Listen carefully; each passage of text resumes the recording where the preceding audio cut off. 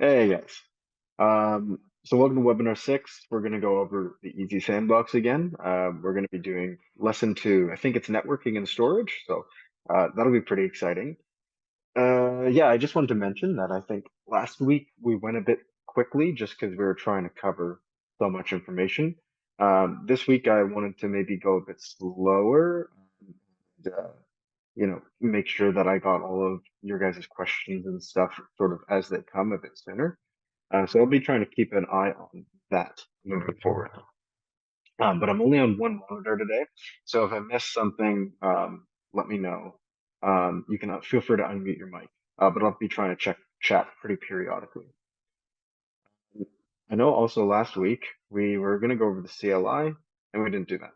So it's probably where we're going to start just before we jump into lesson 2. Okay, so Koii CLI. So the Koii CLI, there's actually two parts to it. There's firstly the Koii CLI sort of base package, and that's the actual command line tool for all of doing like all of Koii stuff. It's a pretty high level package. And then there's the Koii create task CLI, which is a CLI module that allows you to create tasks, update tasks, and basically do anything else that you want in relation to those tasks and moving tokens and stuff around. So we're going to look at both of those because one is a prerequisite of the other, and yeah, we'll get it going. So Koii Network is Koii.network is where you want to go first. Then we're just going to go to our docs. Going to open up a new tab for you. What we want to do is just go to search Koii CLI.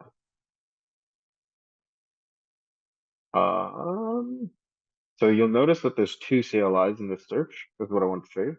There's the Koii command line tool, and then there's the create task command line interface. So we're going to go to the command line tool. There is this usage reference. You can basically just want to go one page back from the usage reference to the install the Koii CLI suite. It's super easy. The first thing I recommend you do is you update Node, and then the second thing is we'll install this. So let's open up Visual Studio Code. We're in a task right now. Really what I want to show you is the console, because we're going to be doing some CLI stuff here. And it's okay if it's all within this space. Oh, is the screen share? Let's start sharing VS Code. Sorry about that. So now we're in VS Code. So the first thing we want to do is probably node version manager update. That's not it. One sec. npm version. npm version. There we go. No, that's the nvm version. What is the task in front? Oh, right. Sorry, one sec.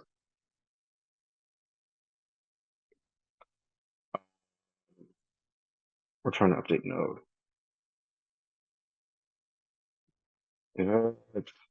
It's dash version. Ah, okay. This is what I was trying to do, sorry. Node dash version. So you'll notice that we're on version 20.17. If you're not on version 20.17, you're gonna want to get to it. That's just the latest version of 20, which is one of the LTS branches of Node. So just make sure you're on the LTS and you're getting the latest one. If you notice you're not on this, what I would do is nvm install 20.17, for example. Mine says version already installed, but you can install this one. And that'll get you on the right version of Node. It'll get you on the latest version. Sometimes when you're using a deprecated version, just errors can happen. So always make sure you're on the latest version of an LTS build of Node. So 20.17 at the time of the recording should definitely work. Okay, so if we just go back to our docs, and I know I'm still sharing VS Code, but if you look back at the docs, there's basically two steps that we want to do, and we're on Windows. So if you're on Mac, we'll probably have to do another webinar for you, but and let me know if you're on Mac and you need a specific webinar. But as far as Windows goes, we want to open up this command prompt, which is essentially what we are. And when you go back to the docs, there's going to be a spot where it says copy and paste the following command into the command prompt and press enter. So boom, just like so. I got it, and it's going to install. From there, as basically, so that's going to install the Koii installer to a temporary directory, by the way. And then all you want to do is there's going to be another command that you can copy and paste, and boom. You'll basically go through this step. The future application will automatically have the correct environment, but you must restart your current shell. So there's something to that. Let's make sure that you're aware of that. And then we can confirm, I mean, I've already installed this, so I can do Koii -- version, and I'll give me the Koii CLI 16.2. 1.16.2 should be the version that you're on at time of recording, but check the docs because we'll be updating the docs to make sure that it's showing the most recent live version. If you're in the docs right now, you'll see that it says 1.16.2. Okay, boom. So that's the Koii command line tool. But what we're actually trying to get is to the create task CLI. That's really what I want to get at. So now that we've have the prerequisite installed, which is the actual Koii CLI, we're going to do npx _Koii /create CLI, and we're going to get the latest version. Also gonna boom. Oh, it used to ask you for the location of your wallet, but we might just be automatically grabbing that now. But let me run through the create task CLI because right here. So great, everything loaded up. You can use the arrow keys and enter to move around. You can see that there's a few different options here, but the main ones you're going to want to focus on is creating a new local repository, deploying a new task, updating existing tasks, activate, deactivate tasks.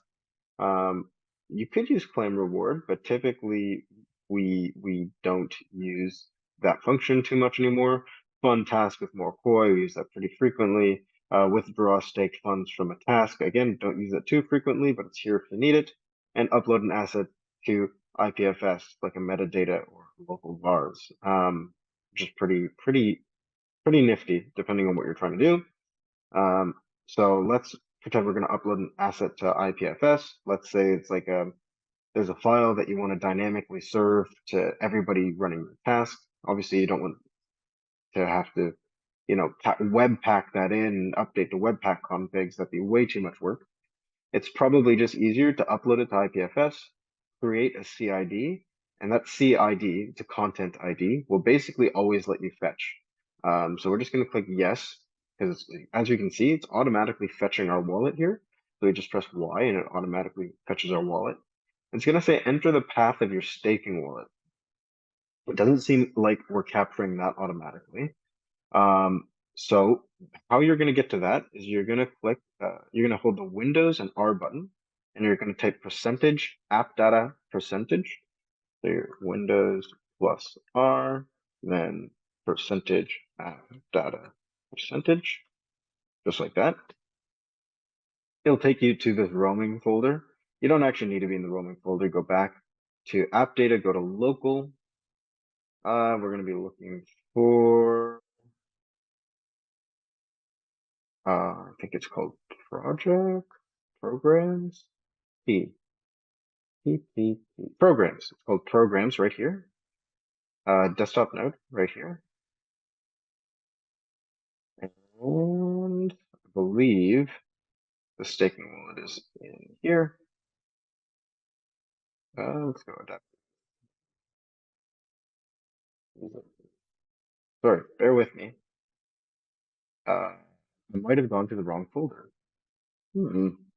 Just give me 1 sec. I thought it was in there. Oh, it's actually moved to roaming Koii desktop node. It is in roaming Koii desktop node wallets. Sorry about that. So yeah, you can click Windows plus R percentage app data percentage. You're going to be in roaming, and we're going to want to go to desktop node. And yeah, it's right in there. Awesome. So you can basically use that same file path for the main wallet, except you're just going to want to go back one folder. You're going to want to go one folder up because that's in the wallets folder, you'll notice. So you're just going to want to go one folder up and you'll find your staking wallet ID there. Cool. There is another place where the staking wallet is housed. Let's just, before we move on, or before we jump to that, we're gonna just double check chat and make sure there's no questions.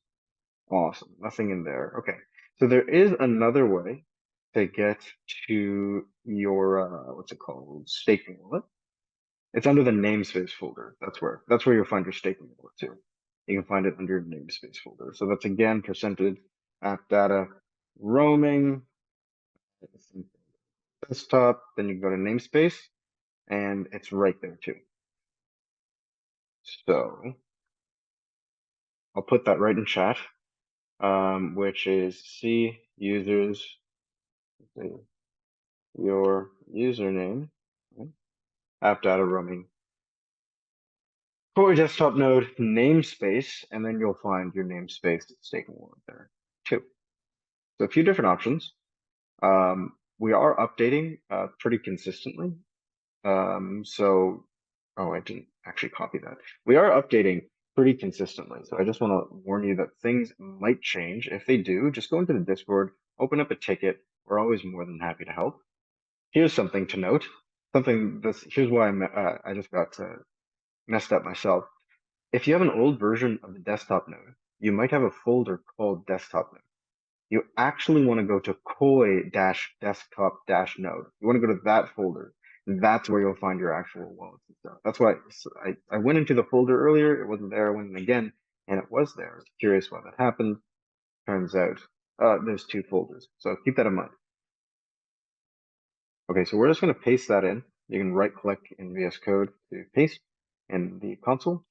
Press enter. Please make sure that the staking wallet path is correct. Curious. That shouldn't happen, but that's why we're here. We're gonna debug live, and we're gonna make sure that we get this stuff to work. So we're just gonna put this here. Now into the path to your staking wallet. Maybe it doesn't want the quotes. Yeah, it's not looking for the quotes. So I think that it automatically pastes with the quote. So when you copy it, so just make sure you have that. Enter the name of the task author. So Avi from Koii.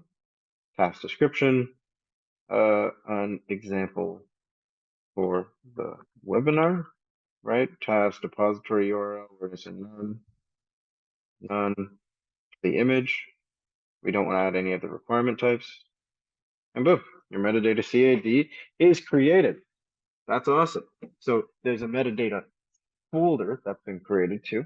But really, you can just copy this CID, and that's the CID that you can use with the Koii storage SDK to basically interact with anything that you want there. And I mean, the reason I'm not doing create task is because that requires us to fund something and create a task and all that. But I can go through most of the steps just to show you what it's like. So let's say deploy a new task. I want to deploy my new task, or maybe even update your existing task. These are basically the same. So remember, it's going to automatically find our system wallet, main system wallet. We're just going to press Y. That's going to give us that system wallet. Then we have the CLI or use the config YML. Now, the config YML is this folder, this file right here, config task YML. This is the modern way of building Koii tasks right now. You can see if you're going to be updating your task, you'll want to populate this with a task ID, and we can pull directly from that. You can give a description if you want to update, or we can give some parameters, total bounty amount 10 Koii, bounty amount for 0.001. I recommend doing something like this for testing. You don't want to, burn through all of your Koii, especially when you're testing and you're not really giving anybody any rewards. And remember to update your task instead of creating new tasks every time. We want to update our task so that we can move this bounty amount from one task to the next. Because when you update a task, I should preface, when you update a task, what happens is we actually create a new task. We copy all of the data from your old task and we pass it forward to this new task. So that means essentially your old task, its wallet needs to be emptied and it needs to be put into the wallet of the new task. So there's just an important distinction to remember. But otherwise, yeah, you have task name, author, description, repository URL, image URL, info URL. We did go over a lot of this in last webinar, I'm pretty sure. So check that out. But I want to give you everything from scratch. So, I mean, I went fast, but hopefully that gives you an overview of what the config YML is. You're going to press enter. And again, you can choose whether or not you're going to be using manually inputting a CID to IPFS, like we just did earlier, or if you just want to use the Koii storage SDK, this is my preferred option. Very easy to use. Would you like to use your desktop node staking key? Yes. So we don't have to find it, which is kind of nice. Look, we created a task CID for us. That's really nice. So are we gonna, next up it's gonna ask us, are we deploying a Koii task, which is like a standard task, or a KPL task? And KPL tasks are basically if you want to have your own custom tokens, custom altcoins. This KPL feature isn't entirely complete yet. You can deploy a KPL task, but the KPL token doesn't quite show up yet in desktop. Actually it's going to be released next Monday. So it's going to be released in 5 days from the recording of this webinar, and then you'll be able to create your own tasks, create your own altcoins, and it's going to be this easy. It's as easy as everything you're seeing right now. So we're going to use the Koii task just for now. And here's where it says 16 Koii is going to be deducted for creating the task. This is the rent exemption, which is approximately 7 Koii, the bounty fees, which is 10 Koii, a bounty amount fee, which is 10 Koii. That's the amount we set. We're going to have a bounty pool of 10, and there's gas of about 7. So I'm going to hit no, because I don't want that money those tokens to leave my account right now. I mean, I have a test account and it would be okay if we did, but I don't want to create too many tasks. Things would start to get messy on my end. But in concept, this is what you're doing. It's very, very, very simple. So, you know, what we can count the lines that we just went through. 1, 2, 3, 4, 5, 6, 7, 8, 9, 10, 11, 12, 13, 14, 15, 16, 17, 18, 19, 20, 1, 2, 3, 6, 7, 8, 9, 10. So what, maybe like 30 to 40 lines max, and you just created an entire task in 30 to 40 lines. And all you have to do is hit Y, N, enter, and use some arrow keys. It's really easy to deploy your task. And yeah, I think that actually wraps up what we were trying to get through last week, is actually deploying the task. So showing you that after you've done the hard work of, you know, setting up some of your logic, maybe you have a client folder, maybe you uploaded all of these to IPFS, for example, and then you have your index over here. You're basically gonna, oh, this is gonna be a little overwhelming, but the idea is that you're fetching that CID submission. There's something, it's sort of nested in this, and I'm sorry if it's really hard to see. But basically you're fetching, I'm just going to control F and type in fetch. It's actually in a different file altogether. Let me see if I can show you that. So, oh, should be in here then. Oh man. There we go. There, fetching the task submission data. So we're actually going to be looking in the namespace wrapper to get some submission info. And essentially we're looking for something called value.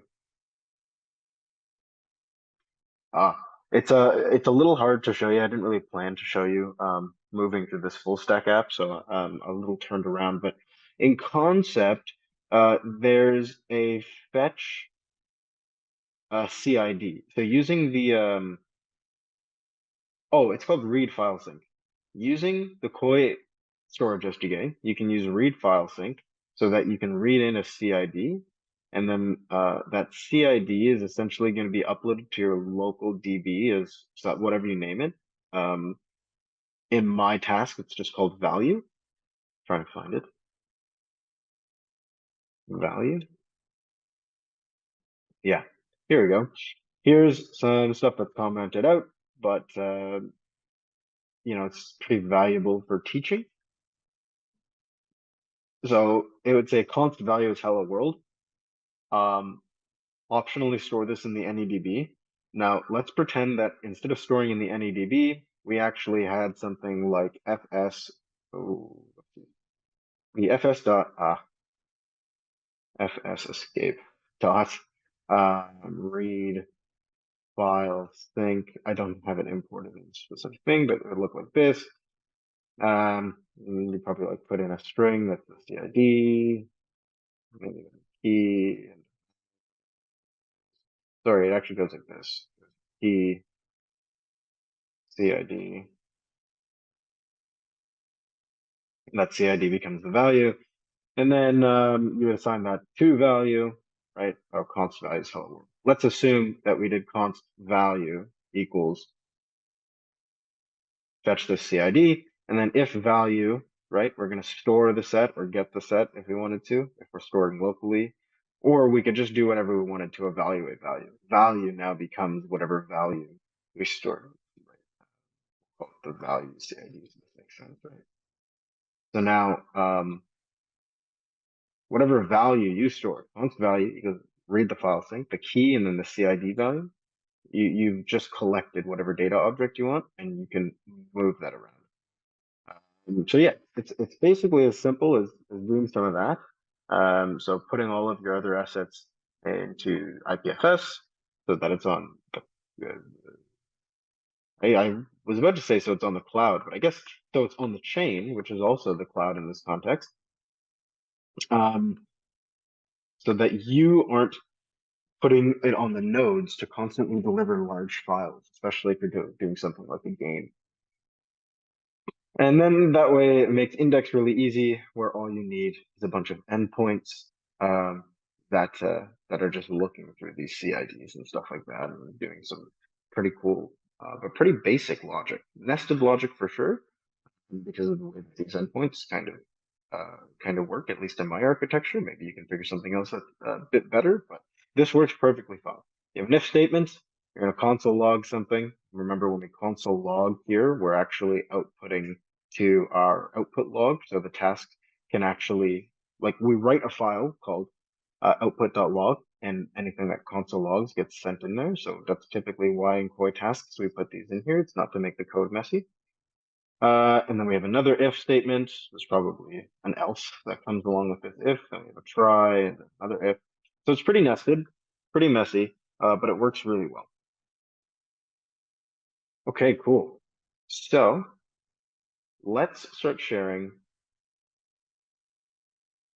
our web browser again. And let's take a peek at Koii's EZSandbox. Lesson 2. I know we're running out of time, at least we're burning through time faster than I would have liked, but not a big deal. Let's go to EZSandbox. So I guess I should check, sorry, if there's any questions. No, it looks like everybody's pretty good.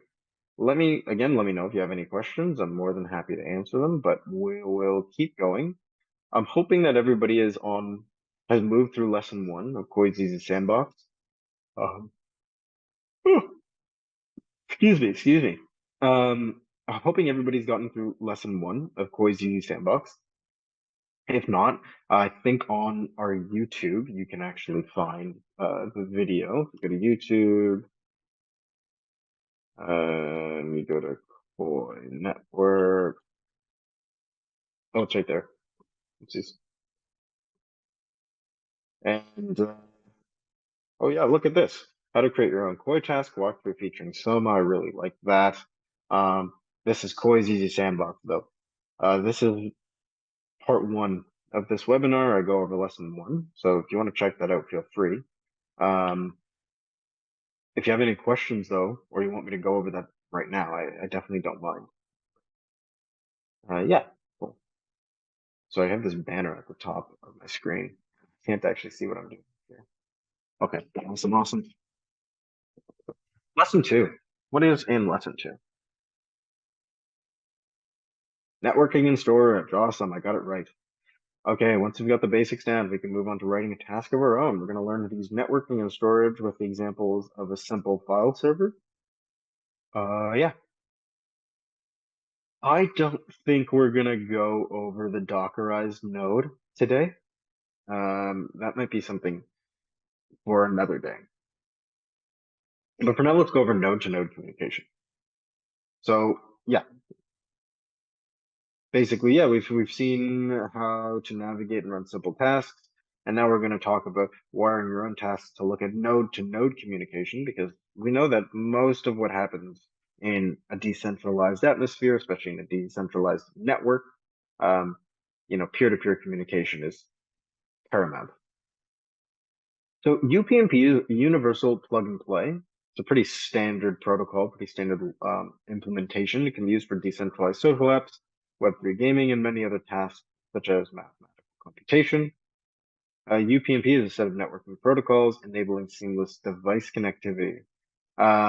Ideal for over 60,000 nodes to communicate, which is pretty interesting. And obviously, it doesn't it's a scalable system where you can have a coordinator that's doing the work to ensure that there's a coordination when the communication gets overburdened. Um, but that's sort of in the back end of the voice side. You don't need to worry too much about that. We have a wonderful person named Ben Harper who has been working on those kind of problems in-house. I don't think Ben's here, but in general, shout out to Ben. Maybe he'll watch this webinar someday. However, it allows direct access to your device, leading to possible security concerns. This is something to keep in mind. It's disabled by default and not required for typical node use. So if you're going to be enabling this in your task, you just need to be aware that opening up a port, which is what UPnP does, it opens up a port on your computer at the application layer, and then it opens up a port on your router. It's a pretty standard port. I think it's a default port. I believe we can look it up.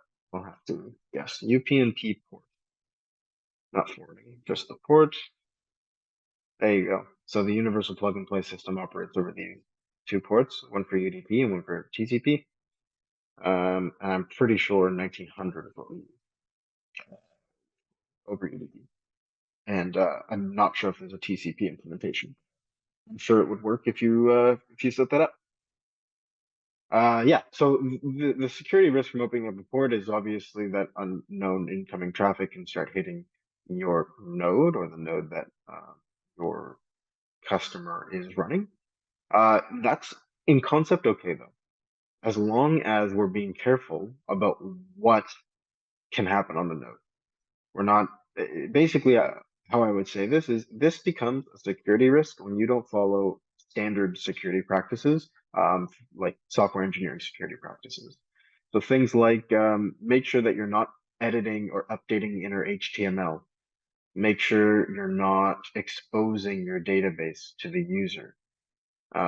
Make sure you're doing operations that are predictable and you're looking for predictable outcomes so that people can't necessarily change things in the middle and or open this port and try and connect to you and try and inject something bad.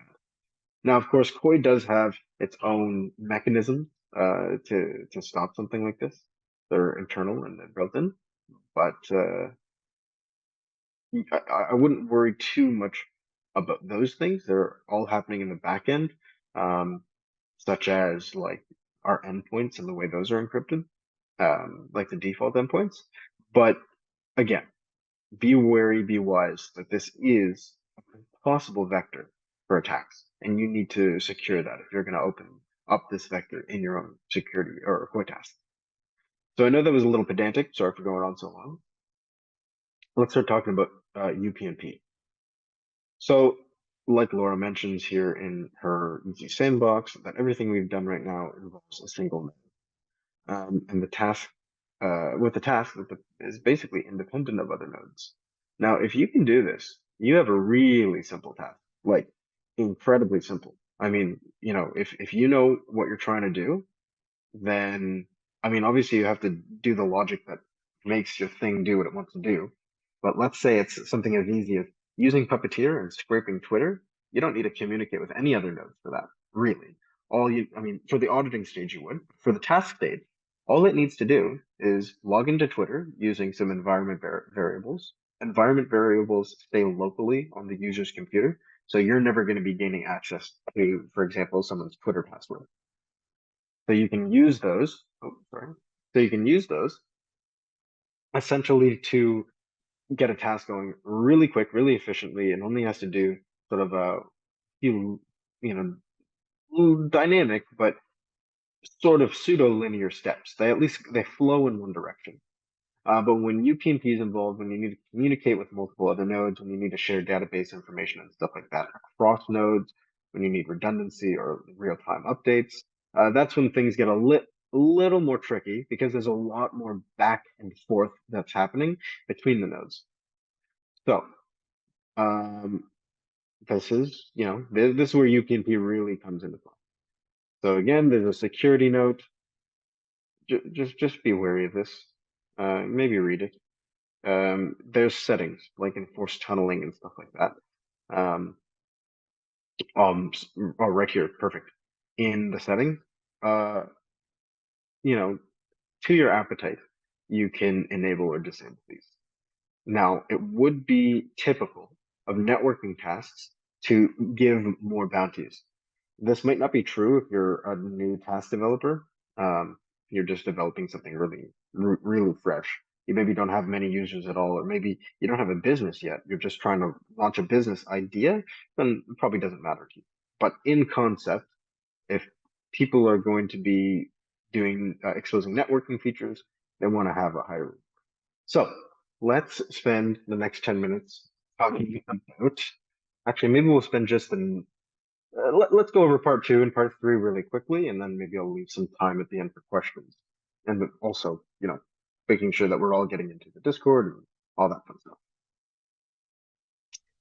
Yes, so writing a task.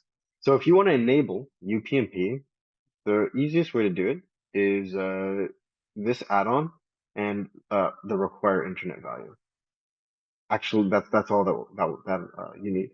That'll and that's in the config task YML. That'll automatically enable the require internet feature. And if people have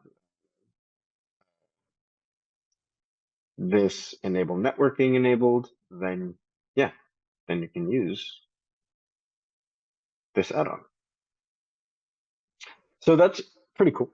But really, that's just turning it on. How do you actually use it? Well, you're going to need to set up routes. So you can head to the routes.js folder. And if you've been there before, there's going to be a setup routes function. This is where you're going to do all that work. So let's look at this example. So app.get. So that's it. So if you're familiar with RESTful endpoints, we know that there's gets, posts, puts, deletes.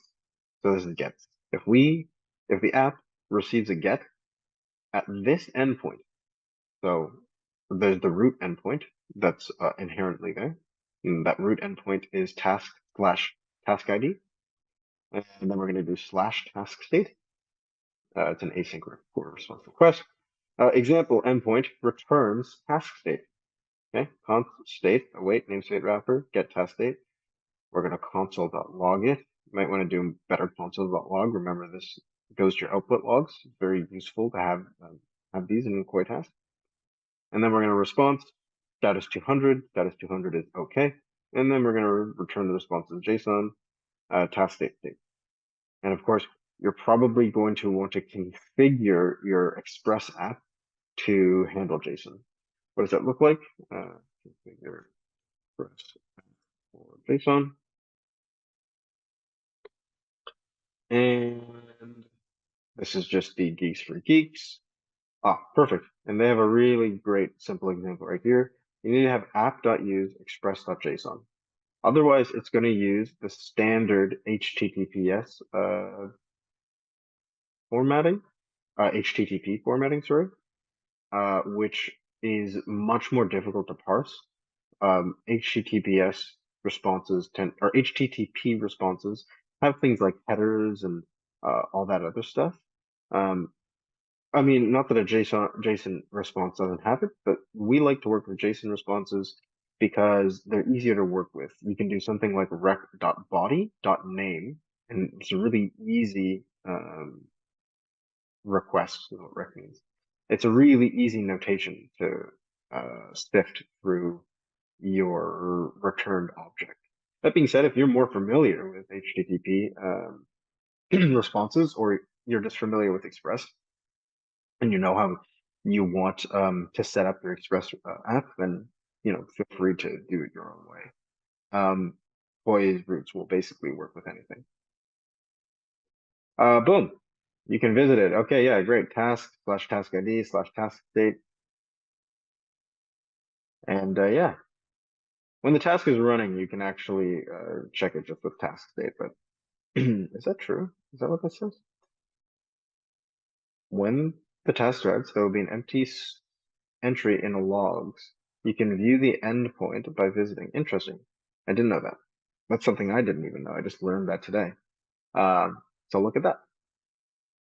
If you want to check the task logs or the task state, rather. Okay, the endpoints you define will dictate the kind of communications that can occur. Right. So let's say we have a environment variable that is, let's say it's password, Twitter password, Twitter username. So process.end.username.password, right? Don't do that. Don't console.log someone's password. That's awful. I mean, it really environment variables aren't, it's not awful. It shouldn't be that hard. Environment variables by default aren't encrypted. We're working on that right now because some people want that extra layer of security. But in reality, if this is on your computer and your computer's compromised, there's not much we can do anyway to stop this from being exposed. That being said, uh, sometimes we ask users to give us their console.log, their log files, right? When we're like, they say, hi, I got a bug with your task. We're going to say, send me back your console.log, send me back your .log file. Make sure that you're not putting something like passwords in there. Otherwise, if someone goes to a public forum and asks them for help and they put their log folder there, you might be getting them in a lot of trouble because they might not even know in all like these thousands of lines of log dumps that their password might be exposed somewhere in the middle. Great. Accessing the endpoints, your node as a client. There's the task.getData.js file, and you can, it's going to be empty for you. But if you want to add the following code, well, you can. An address array, right? Task state, node list. Now, keep in mind that when we're talking about this, getting data and collecting data from endpoints, we're not talking about files. The way that Webpack is configured with Koii tasks, if you have an extraneous file that's sitting next to what you're doing, so let's open up. Okay, we're in lesson 2 right now. You can see how there's an image folder. Well, if we Webpack this lesson 2 folder with the configurations that we have, these image folders would get Webpacked, and they'd essentially become inaccessible, at least without a lot of work. You don't necessarily want to have to deal with any of that. So if you have something like images, I really recommend you upload them to the IPFS and you just pull them in with a read file sync and their CID. It's way, way easier. And honestly, it's a best practice and a decentralized approach. But if your data is just hitting endpoints or returning endpoints, if it's gets, if it's textual, if it's not something that requires another file, if you can fit it in here somehow, then it's going to work great. Perfect. So now you're going to need some logic to execute that, right? So what do we do here? We're getting data from an array address. We're getting the task state, and we're getting an IP address from that. I'm not really get the available IP addresses return the test state. Node list is an object with key value pairs in the form staking key IP address. Pretty cool. So we're just going to return just the IP addresses, right? And then we're going to get a random node from the IP addresses, and we're going to choose a random. So we're just going to get a random one. Boom. So then you go back to your task, and we'll say const IP address array equals await get data IP address array. I think I said that funny. IP address array await get data that IP address array. Awesome. Auditing.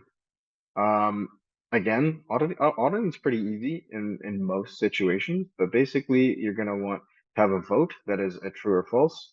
I would personally default set it to false. but it's up to you. You can leave it null if you want for a no vote. Console.log submission value round. So when you're in the audit, you're already going to want your submission value. How do you want to pass that to audit? And then we're going to vote on it. It's actually super simple. Just if that submission object is the object you want, then vote true. And if you want to add in another function that verifies it, that's totally fine too. If you wanted one function that says check if string, another function that was check if 32 bytes, another string that is check if characters are bound between a certain ring, right? Check for bad characters.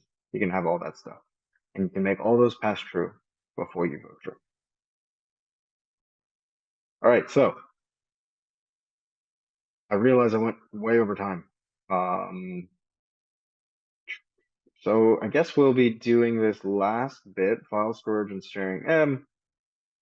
I should go over it. I should. We're just going to run a little bit over time today, guys. I'm sorry for that. You have to leave, don't worry.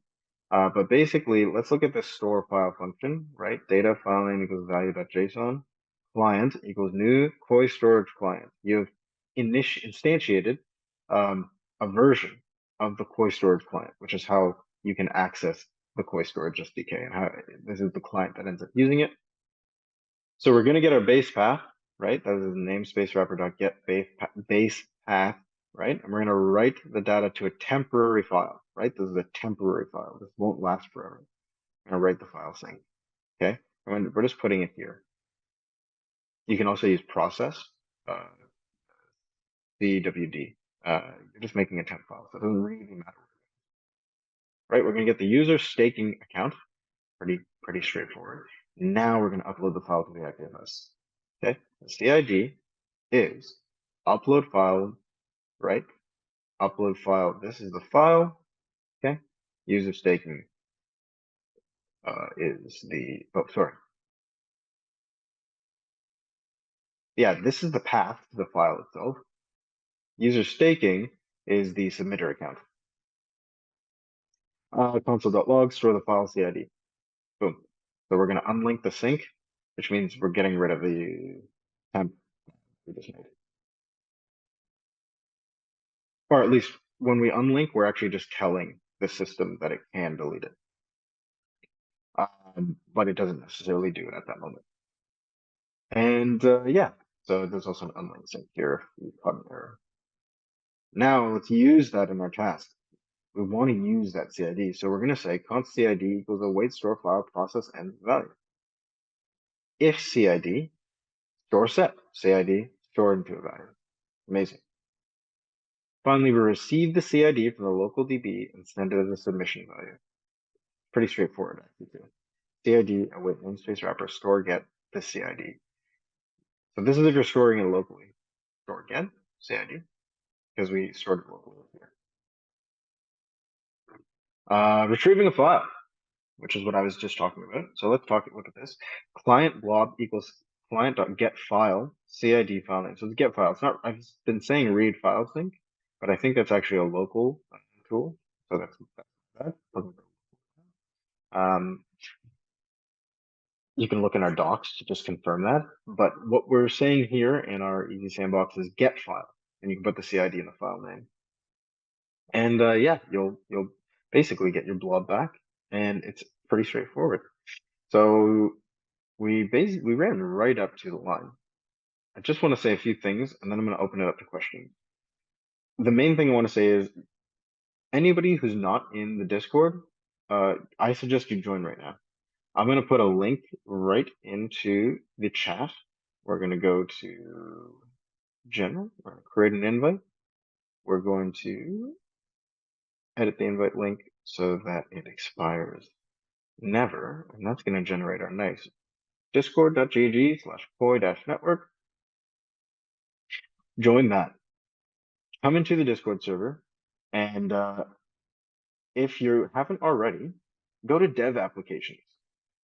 Okay, that's the section where you can put in an application to get into our exclusive developer area. And I want as many people in there. We're calling it exclusive just because it's a pilot program. Eventually, we want to open it up to everyone, make it visible and stuff. But for now, if you want to get in there, what I suggest is you immediately go to this dev application. Even if you're not sure if you want to be a developer, just fill out the application, become a newcomer dev, which is a role in our Discord, and just check things out. Come chat, boost some engagement. Maybe you can find other people who you want to work with, which is, that'd be a huge, huge thing if you're able to find that. But yeah, please, please join the Discord. Please, go to our developer section, dev application section, fill that out, and join our private pilot area.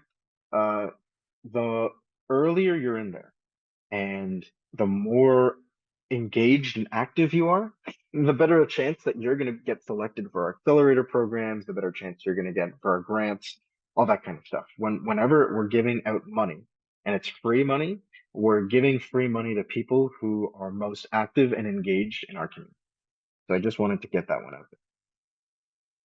All right, folks, that was me. I know I went on basically nonstop for quite a bit. We only had a short 1 minute break. But if you have any questions, shoot them in chat right now. Let me know. And I will try and answer them as quickly as I can. But other than that, I'd say we're all good. I'm sharing my screen, so close my calendar. But yeah, I think we're all good. We're all done. Hope everybody really enjoyed. Thank you so much for showing up. And again, join the Discord, join the developer section of the Discord. I can't wait to see you there. I really want to see you there. And I'm looking forward to you guys building stuff on Koii. It's so great seeing you guys, so great hosting this, and I can't wait for the next one. All right, cheers everyone.